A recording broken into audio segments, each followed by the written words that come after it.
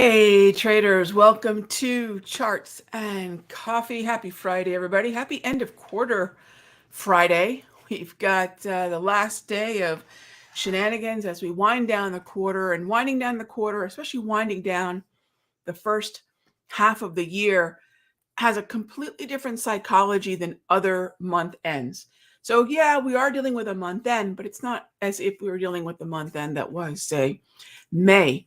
And ultimately what we have is a lot of decision making about what the second half of the year will bring, deploying cash, rotating out of certain sectors, things of that nature. So the psychology can be a little bit more intense, and it can be sometimes counterintuitive. So rather than seeing strength and more strength, meaning, say, at the end of May, we would continue to see strength in, say, tech, XLK, XLC, XLY.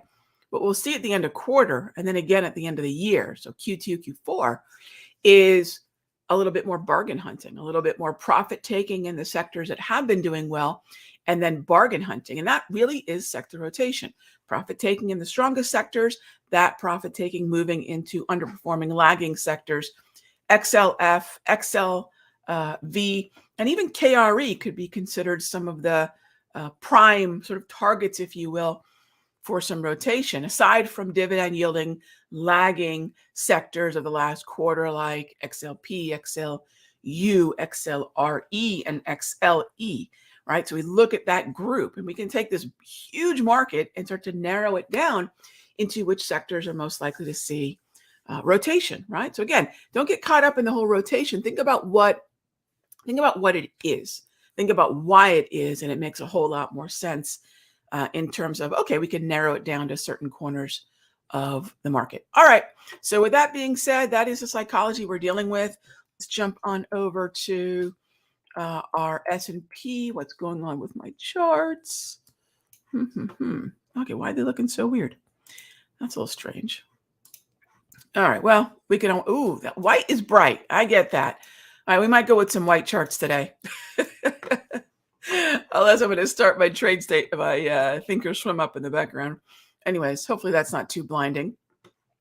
All right, so although these are the charts that I use for our very printer-friendly This Week in the Markets newsletter, which you can, by the way, check out at thisweekinthemarkets.com.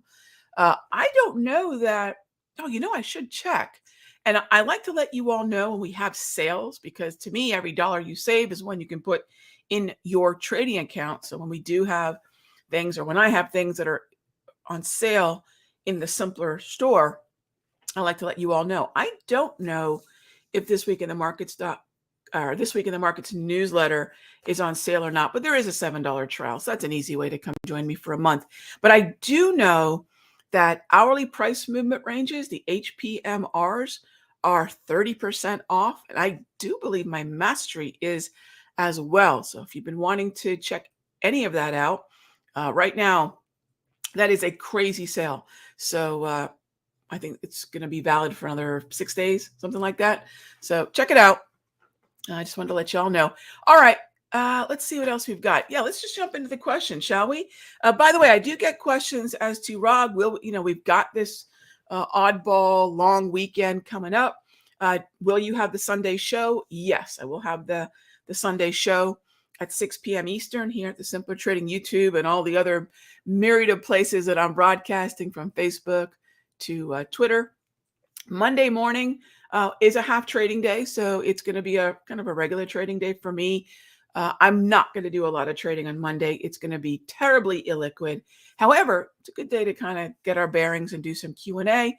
We will be around for Charts and Coffee, as well as the Sector Secrets Mastery opening session. And then Tuesday, Independence Day. What better day than to have a longer Charts and Coffee Q&A discussion. So yes, we will be having the shows Sunday, Monday, and Tuesday. I love Tuesday Charts and Coffee. To me, Independence Day is exactly what us traders want to celebrate. All right, let's get to it. First up is Alex asks, I know you consider end of quarter to be a period of caution. And Dave Wave, yeah, same thing. Do I view today as a caution day? Oh, absolutely. I view today as a caution day. Yes. I'm just curious if you completely avoid index day trading during this time or if you proceed with caution. So, Alex, yesterday we had a really nice JP Morgan day trade because we were looking for, as I had outlined in This Week in the Markets, and we did this live in the morning. We took a JP Morgan day trade because we knew that the Dow was a relative outperformer amongst the indices, so index sector stock. The XLF sector was an outperformer, and we avoided tech, focused on financials, and then found the best scalable stock option in financials, which was really a toss-up between Bank of America and JP Morgan. We went with JP Morgan, better tied to the XLF, heavier weighted stock. By the way, JP Morgan cost us $1.80, $180, 1.80 for the option. And we bought the 140 calls. So I absolutely put on a day trade with keeping in mind that there are sector rotation benefits that we can try to capitalize on as long as we can recognize them fairly quickly. And I love that we were trading a very liquid call. I think over 5,000 open interest. So if someone wanted a smaller position, maybe 2 contracts, you could spend as little as, $1.80. So there you go, $360. Or for those that wanted to trade 22 contracts, right? That scalability comes along with the liquidity and the low cost per option. So we can put on, based on our account size, a needle moving trade regardless. So love that. Love that. All right. And yes, I will absolutely treat today as a caution day. I'm going to look for setups just as we did yesterday. But I'm probably going to say, hey, let's reduce the size and maybe even length of the time frame, where if we can get a 60-minute short-term swing off the daily price movement ranges, that would be superb. Better shock absorption to take us into Wednesday, right? Monday is going to be a throwaway session, right? But let's see if we can set up either a day trade to go from the morning to maybe noon, and then look at some short-term swings. Sure. One of the easiest ways to control risk is size, gang. It's one of the easiest ways. All right. Next up, Michael, when trading, do I consider the 4 market stages: acceleration, distribution, accumulation, and deceleration? So, Michael, I look at the stages as markup. Well, whether it's sort of more of a wick off or a Dow, we're on the same page. I look at markup, which I would imagine is acceleration, distribution, absolutely, accumulation, absolutely, and then I look at markdown. So I use a little bit more of the Dow theory lingo, which precedes everyone else who basically wrote about it. So whether you look at Dow and then whoever comes after, most of that work was focused on what Dow had done. Anyway, same thing, right? Same thing. So absolutely, it is probably the most important touchstone in my trading. Michael, the way we do that is we've codified it into using 4 moving averages, and those 4 moving averages help me identify which one of the 4 market behaviors, market trends that we are in. And so what happens is, if I'm in accumulation or distribution, I'll use the combination of a yellow multi-trend reading along with the blue grab candles, usually to determine if we're in a narrow range, accumulation, or a wider range, distribution. Mark up and mark down, uptrends and downtrends, acceleration, deceleration. That's really easy. Red trend, green trend. Red trends are going to have mostly red grab candles. Green trends are going to have mostly green grab candles. So we basically reduced it to traffic lights, simplicity, and color coding. And if you haven't noticed, I like to color code things. But Michael, yes, it's probably one of the most important aspects of my trading because structure dictates strategy. Yeah, absolutely. All right. So thank you for the question. All right, next up from our training room, Andrew asks, when day trading the ES or the NQ, do I trail a stop up as I see a profit, or do I just take the position off once it hits the profit target? Great question, Andrews. The question is, do I scale in and scale out? And the answer is yes. I do not like a binary point A to point B type trade because yesterday in let's use JP Morgan again as an example. Yesterday, as it continued to climb in our favor, right? So let me go back on over there. As it continued to climb in our favor, the whole idea was, am I looking at JPM? There we go. The whole idea was to, and I don't know why it stopped there. How strange. Okay. I might have to start up my Thinkorswim. But as it was trending in our favor, there we go. Now the charts are back. Sorry, gang. We went from the white charts, the black charts. So if I take a look at JP Morgan on the 5-minute chart from yesterday, as it continued to move in our favor, absolutely, I have an initial target, which really is part of risk management. I think a lot of people think of targets as paying themselves, and that's only partially true. The first step to risk management is calling a trade a winner. And then once we know it's a winner, we no longer want to let it turn into a loser. So I look at the first target as the first step of protecting my capital. So yes, and then I'll have maybe 2 or 3 other targets to the upside.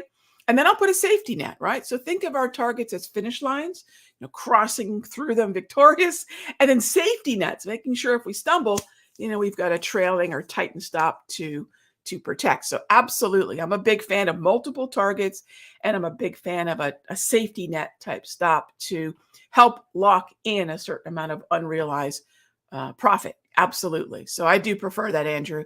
And by the way, it's funny. I'm so glad you asked because, look, in the late 80s and 90s, which is when I cut my teeth as a trader, it was very common to talk about scaling out. That was normal. And I don't know when that sort of fell out of favor, but I'm a huge fan of that. And it's sadly kind of an old school thing anymore, scaling in and scaling out. So big fan of that, Andrew.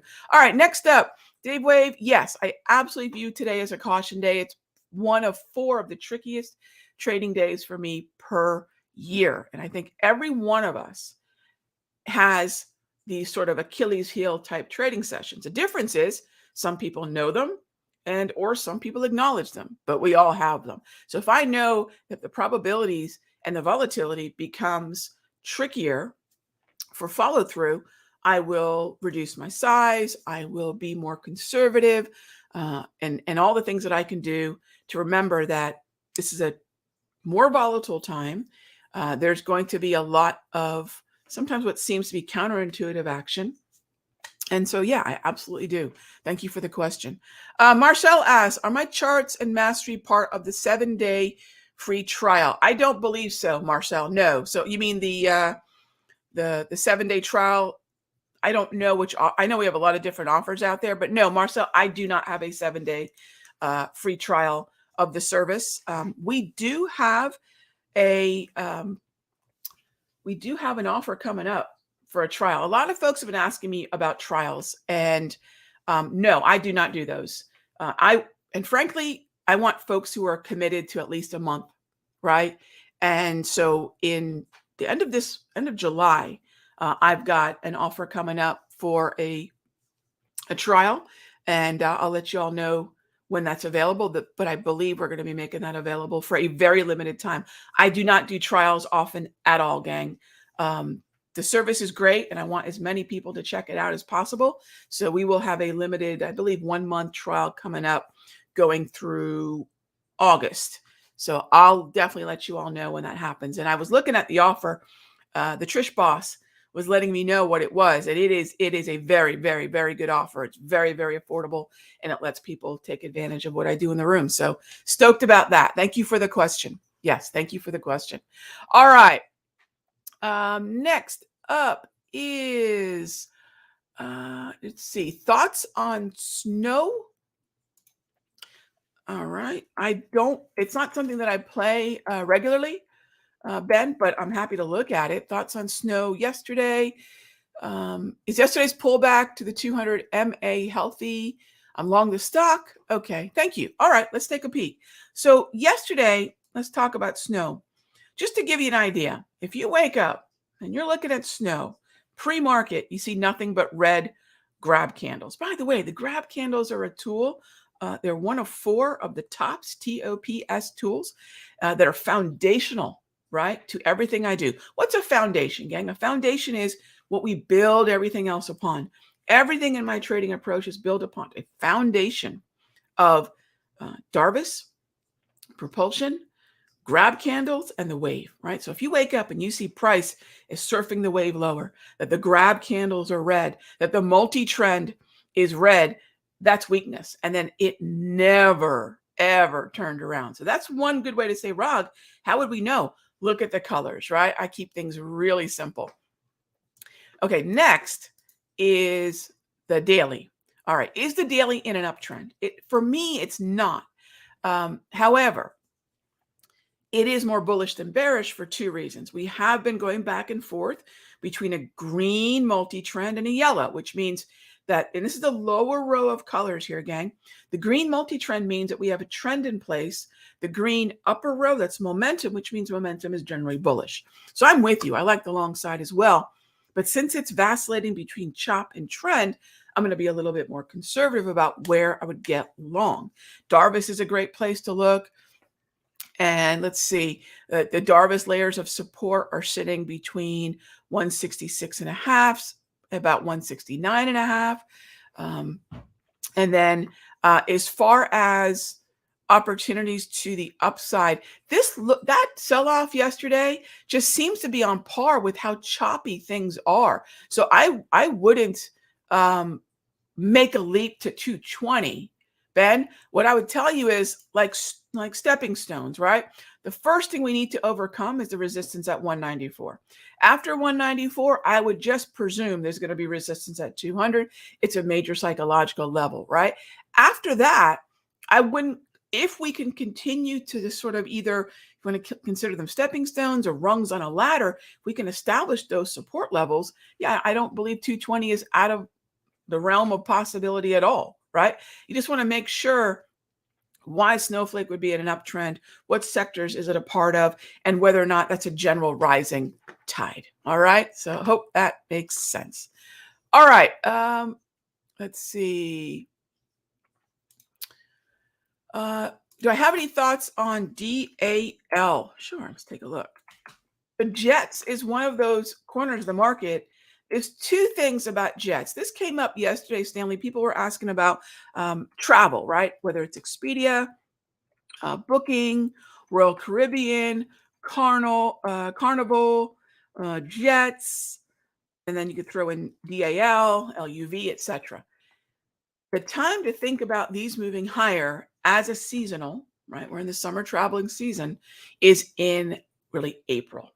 So do I have any thoughts on DAL? Yeah, it's gone parabolic, right? In my mind, I see a move like that. It's really now at this point, we need to pull back buy. But every year, if you're looking at travel, you can throw crude oil in there too. Crude is not participating in its typical summer driving season rally. So commodities have really just not been in sync with these behaviors. But Expedia, Booking, Jets stocks, cruise line stocks, every year, put a watch list together in March and start looking at opportunities to buy support in April. And that's my thoughts on DAL. It takes these big moves oftentimes for traders to think, oh, this is interesting now. What I'm trying to say, gang, is everybody sees it now. It's parabolic. And at what time it ends, at what point people say, I'm not going to buy into a higher high, that's a tricky thing, right? So what I'm trying to say is what was kind of upstream, if you will, of this move, and upstream of this move, and you can see the same pattern sort of happening, Expedia, Booking, other airlines, cruise lines. You can see that pattern of this choppy bottoming in April, May, and then as we get closer to the season, obviously we're benefiting from a much more active summer season. But I don't have any thoughts on, say, any of these parabolic names now, unless they give us a nice, say, 50% retracement or a nice reversion to the mean. There's not much I can do with them at this point. But again, here's RCL. You see the similar pattern? Chop, chop, chop. March, April, boom, it starts to take off end of April into May. This is what a seasonal behavioral cycle looks like, and they're not unusual. So Stanley, great question. That's the way I would look at it. I do something similar for hurricane season. There's a lot of seasons where we have consumer behavior in en masse, and this would be one of them. So if we get a retracement, cool. If not, you see how parabolic these moves are. And so what I want to say is go upstream next year and put it on your calendar, put it on your phone. Next year, build a watch list in March, start looking for opportunities basically early to late April. Okay, gang. And just like that, we are out of time. Thank you as always for the questions. I'll be back on Sunday, 6 p.m. Eastern. Same channels, whatever channel you're on now. I'll be back there on 6 p.m. Eastern Sunday. We'll be back on Monday for the half day.